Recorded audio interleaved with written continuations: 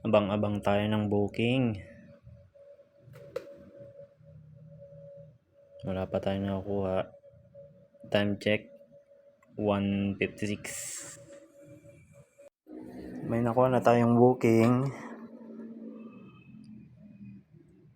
Ayan, Marilao to Manila. Ang layo ng pick up 4 kilometers away. Puntahan na.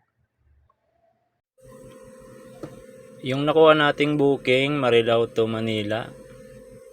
Tapos yung pick up nito dito lang sa subdivision malapit sa amin.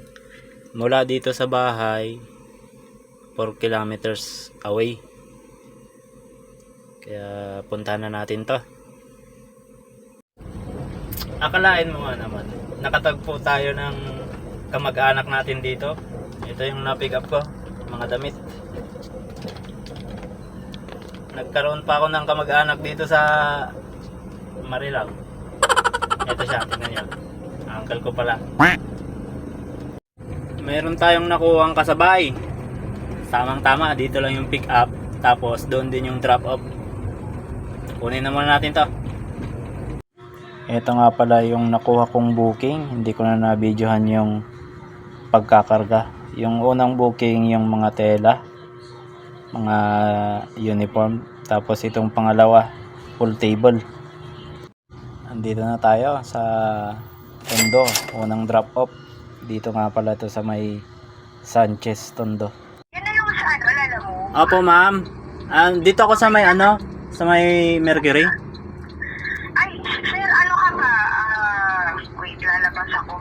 Ano ka ba, sir? Abante ka pa? Yung sa may car wash, makikita mo dyan may speed car wash. Lampasan ko tong green na building. Nasa Mercury Drug ka, oo. Okay, nababa na. Nagtawag na lang si ate ng bubuhat. Dito pala ito sa may Yuseco, Tondo. Mission complete. Na-drop na yung sa Yuseco, Tondo. Uuwi muna ako sa amin.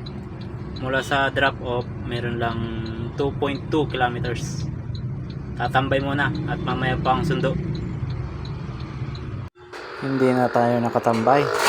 Galing sa amin, sa may Paho, papunta ng Muñoz, Quezon City. Tinawagan kasi kaagad tayo ng customer na pwede na daw silang pick upin, kaya dumiretso na rin ako. Ito nga pala yung pangarga natin.